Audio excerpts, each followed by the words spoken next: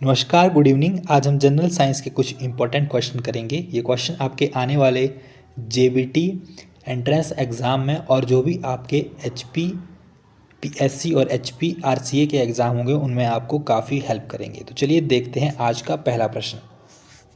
Dermatology का अध्ययन किससे संबंधित है? यानी कि डर्मेटोलॉजी किससे संबंधित है?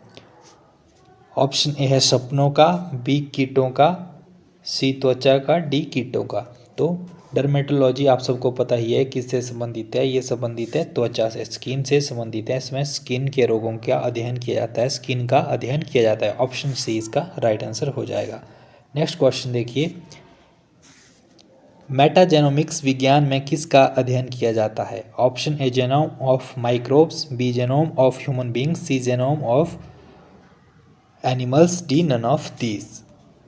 इसका राइट आंसर हो जाएगा option A genome of microbes. Option A इसका राइट आंसर हो जाएगा genome of microbes. Next question देखिए, cultivation of vine and installation of winery is. Option A है pisciculture, B horticulture, C viticulture और D होगा आपका सेरिकल्चर। तो इसका राइट आंसर क्या हो जाएगा? इसका राइट आंसर हो जाएगा विटिकल्चर। ऑप्शन सी इसका राइट आंसर हो जाएगा विटिकल्चर। नेक्स्ट क्वेश्चन देखिए, ओइनोलॉजी किस विषय का अध्ययन है? ऑप्शन ए जल, बी दूध, सी शराब, डी चाय। तो ओइनोलॉजी किसका अध्ययन है? ये शराब का अध्ययन है। ऑप्शन सी इसका राइट आंसर हो जाएगा शराब का अध्ययन है। What is carnivorous? कार्निवोरस क्या होते हैं? ऑप्शन ए है फ्लावर, बी आर्टिस्ट या मीट ईटर या फिर म्यूजिशियन। तो कार्निवोरस आप सबको पता ही है क्या होते हैं। ये होते हैं आपके मीट ईटर। ऑप्शन सी इसका राइट आंसर हो जाएगा। कार्निवोरस जो है वो मीट ईटर होते हैं। नेक्स्ट क्वेश्चन देखिए, व्हाट इज नैनो टेक्नोलॉजी? तो नैनो टेक्नोलॉजी क्या है? Option A study of electric current, B method of conserving water, option C study of very small particles, option D model of a car. तो nano technology क्या है? Nano technology है study of very small particles. Small particle की study करने को हम क्या कहते हैं? नैनो टेक्नोलॉजी कहते हैं। ऑप्शन सी इसका राइट आंसर हो जाएगा। किस कीट से लगने वाले डर को मेलिसोफोबिया कहते हैं? ऑप्शन ए है मधुमक्खी, बी ततैया, सी मकड़ी, डी चींटी। तो किस कीट से लगने वाले डर को हम मेलिसोफोबिया कहते हैं? ये कहते हैं मधुमक्खी। मधुमक्खी से लगने वाले डर को मेलिसोफोबिया कहते हैं। सिस्मोलॉजी संबंधित है। सिस्मोलॉजी किससे संबंधित है? जंतुओं से, अंतरिक्ष से, मछलियों से या भूकंपों से? तो सिस्मोलॉजी संबंधित है। ऑप्शन डी भूकंपों से ये संबंधित है। न्यूरोलॉजी का अध्ययन है। तो न्यूरोलॉजी का अध्ययन किससे संबंधित है? ऑप्शन ए स्नायु तंत्र, बी हृदय, सी सिक्के तथा पदकों से, ऑप्शन डी है चर्म से। तो इसका राइट आंसर क्या हो जाएगा? न्यूरोलॉजी संबंधित है हमारे स्नायु तंत्र से। ऑप्शन ए इसका राइट आंसर हो जाएगा स्नायु तंत्र।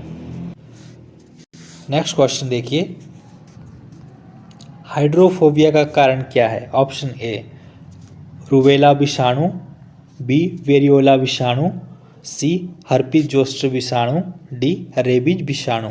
तो हाइड्रोफोबिया का कारण है रेबीज विषाणु। और रेबीज किसके काटने से होता है? रेबीज कुत्ते के काटने से होता है। अगर आप चैनल पर नए हैं तो चैनल को सब्सक्राइब करना ना भूलें और आप हमें फेसबुक, टेलीग्राम और इंस्टाग्राम पर भी ज्वाइन कर सकते हैं। फेसबुक पर हमारे पेज का नाम हिम रीडर है और इंस्टाग्राम पर भी हिम रीडर्स ही है। इनके लिंक आपको डिस्क्रिप्शन में मिल जाएंगे। साथ ही साथ अगर इस वीडियो की पीडीएफ आपको चाहिए तो आप हमारे टेलीग्राम चैनल पर जुड़ सकते हैं, जिसका लिंक आपको डिस्क्रिप्शन में मिल जाएगा। तो इसकी पीडीएफ फाइल भी आपको हमारे टेलीग्राम चैनल पर मिल जाएगी। नेक्स्ट क्वेश्चन देखिए, रिक्टर स्केल किसका पैमाना है? ऑप्शन ए है नमी का, बी चक्रवात का, सी ज्वारभाटा का, डी भूकंप का। तो रिक्टर स्केल किसका पैमाना है? ये भूकंप का पैमाना है। ऑप्शन डी इसका राइट आंसर हो जाएगा, भूकंप का पैमाना है। नेक्स्ट क्वेश्चन देखिए, हु इन्वेंटेड आरएनए? तो आरएनए की खोज किसने की? ऑप्शन ए यूराइन कोलमेट, B Isaac man, C Arthur Berg and Jones, option D है नन ऑफ दीज। तो आरएनए की खोज किसने की थी? ये की थी आर्थर बर्ग एंड जोन ने आरएनए की खोज की थी। ऑप्शन सी इसका राइट आंसर हो जाएगा। वनस्पति घी होगा यहाँ पे। वनस्पति घी बनाने में कौन सी गैस का प्रयोग होता है? Option A helium, B hydrogen, C oxygen, D nitrogen. तो वनस्पति घी बनाने में किसका उपयोग होता है? हाइड्रोजन का उपयोग होता है। ऑप्शन बी इसका राइट आंसर हो जाएगा, हाइड्रोजन। नेक्स्ट क्वेश्चन देखिए, which substance is added to make natural rubber more strong and spongy? तो अधिक स्ट्रॉन्ग और स्पॉन्जी बनाने के लिए नेचुरल रबर में कौन सा सब्सटेंस ऐड किया जाता है? Which substance added to make natural rubber? तो नेचुरल रबर बनाने में कौन सा सब्सटेंस यूज़ किया जाता है जिससे कि आपका रबर स्ट्रॉन्ग और स्पॉन्जी हो जाए? ऑप्शन ए है सल्फर, बी स्पॉन्ज, सी क्लोरीन, डी पॉलीथीन। तो इसका राइट आंसर क्या हो जाएगा? सल्फर यूज़ किया जाता है। ऑप्शन ए इसका राइट आंसर हो जाएगा। Which pollutants are responsible for maximum damage to ozone layer? कौन सा प्रदूषक कारक, कौन सा पॉल्यूटेंट उत्तरदायी है ओजोन लेयर के डैमेज के लिए, मैक्सिमम उत्तरदायी है ओजोन लेयर के डैमेज के लिए? ऑप्शन ए है hydrocarbon, B chlorofluorocarbon, C carbon dioxide, D है नाइट्रस ऑक्साइड। तो इसका राइट आंसर क्या हो जाएगा? क्लोरोफ्लोरोकार्बन, CFC इसका राइट आंसर हो जाएगा। Option B. Bronze is an alloy of? तो कांसा किसका एलॉय है? Option A copper and zinc, B iron and copper, C tin and zinc, D copper and tin. तो ये किसका एलॉय है? ब्रॉन्ज है। कांसा जो है कॉपर और टीन का एलॉय है। ऑप्शन डी इसका राइट आंसर हो जाएगा, copper and tin. Next question देखिए, which acid is used in lead battery? तो कौन सा एसिड लेड बैटरी में यूज होता है? Nitric acid, sulphuric acid, hydrochloric acid या फिर एसिटिक एसिड? तो कौन सा एसिड यूज होता है? ये होता है सल्फ्यूरिक एसिड। ऑप्शन बी इसका राइट आंसर हो जाएगा, sulphuric acid. Rusting of iron is an example of? तो लोहे को जंग लगना किसका एग्जाम्पल है, किसका उदाहरण है? अब्जॉर्प्शन का है, ऑक्सीडेशन का है, रिडक्शन का है या फिर रेडिएशन का है? तो ये ऑक्सीडेशन का एग्जाम्पल है। ऑप्शन बी इसका राइट आंसर हो जाएगा। निम्नलिखित में से कौन सा एक विद्युत का सुचालक है? तो इलेक्ट्रिसिटी का कंडक्टर कौन सा है इनमें से? शैलक है, मानव शरीर है, ग्लास है या फिर एवोनाइट है? तो इसका राइट आंसर हो जाएगा मानव शरीर। ऑप्शन बी इसका राइट आंसर हो जाएगा, मानव शरीर। Which is the source of fuel for a nuclear reactor? तो न्यूक्लियर रिएक्टर के लिए फ्यूल का सोर्स क्या है? Option A uranium, B iron, C carbon, D calcium. तो इसका राइट आंसर हो जाएगा यूरेनियम। ऑप्शन ए इसका राइट आंसर हो जाएगा यूरेनियम। चाक का रासायनिक नाम क्या है? तो चौक का रासायनिक नाम क्या है? ऑप्शन ए है sodium nitrate, B zinc sulphate, C sulphuric acid, D calcium carbonate. इसका तो आप सबको पता ही है, चौक का रासायनिक नाम क्या है? कैल्शियम कार्बोनेट है। ये तो आपने स्कूल में भी पढ़ा होगा, कैल्शियम कार्बोनेट चौक का रासायनिक नाम है। किसे गर्म करने पर प्लास्टर ऑफ पेरिस प्राप्त होता है? तो किसे गर्म करने पर प्लास्टर ऑफ पेरिस प्राप्त होता है? ऑप्शन ए है graphite, B gypsum, C zinc, D lead. तो प्लास्टर ऑफ पेरिस प्राप्त होता है जिप्सम को गर्म करने पर। ऑप्शन बी इसका राइट आंसर हो जाएगा। CNG का पूरा नाम क्या है? Converted natural gas, consumed natural gas, conducted natural gas या फिर कंप्रेस्ड नेचुरल गैस? तो कंप्रेस्ड नेचुरल गैस CNG का पूरा नाम है। ठंडे देशों में शीत ऋतु में सड़कों पर जमे बर्फ को पिघलाने के लिए बर्फीली सड़कों पर क्या मिलाया जाता है? तो आपने देखा होगा कि बर्फ़ जाम हो जाता है सड़कों पर, जब रोड बंद हो जाते हैं सारे के सारे, जब स्नोफॉल होता है तो उसको पिघलाने के लिए, जल्दी पिघलाने के लिए क्या किया जाता है? तो तब सड़कों पर जो है बर्फ़ पर नमक छिड़का जाता है। तो ऑप्शन ए इसका राइट आंसर हो जाए, जिससे कि जल्दी से नमक पिघल सके। उस अमल का नाम क्या है जिसे रसायनों का राजा कहा जाता है? ऑप्शन ए है नाइट्रिक अम्ल, बी एसिटिक अम्ल, सी सल्फ्यूरिक अम्ल, डी हाइड्रोक्लोरिक अम्ल।